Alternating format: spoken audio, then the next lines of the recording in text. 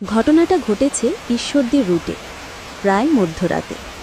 সেই রুটের দূরপাল্লার একটি বাস রাত আনুমানিক 12টা-12:30টার দিকে শহর ছেড়ে বেরিয়ে যায়। বাসে যাত্রী ছিল একজন গল্পের নায়ক, ড্রাইভার আর একজন হেল্পার। পথে বেশ কয়েকটা স্টপেজ থেকে যাত্রী ওঠানামা করার কথা, কিন্তু কেন জানি সেদিন কোনো স্টপেজ থেকে কোনো যাত্রী ওঠেনি।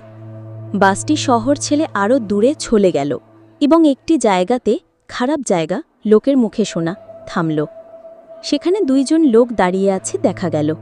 তারা বেশ লম্বা চওড়া এবং সাদা আলখেল্লা পরা, মুখ অন্ধকারে ভালো করে বোঝা যাচ্ছে না।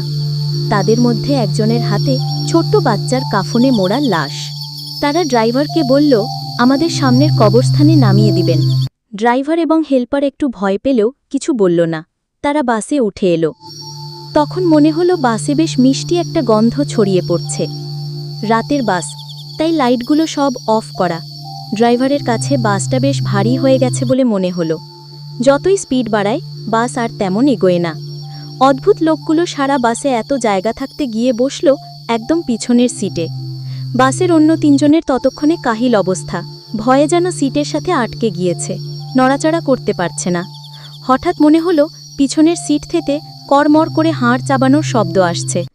তিনজনের বুঝতে আর বাকি থাকে না যে এরা সাধারণ মানুষ না, এরা অন্য কিছু। তারা বাচ্চাটাকে শান্তিতে খাওয়ার জন্য এই নির্জন বাসে উঠে এসেছে।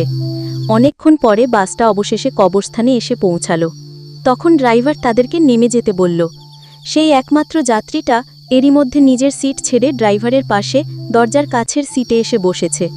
তার এবং ড্রাইভারের মধ্যে কোনো কথা হয়ে থাকতে পারে, ঠিক জানি না।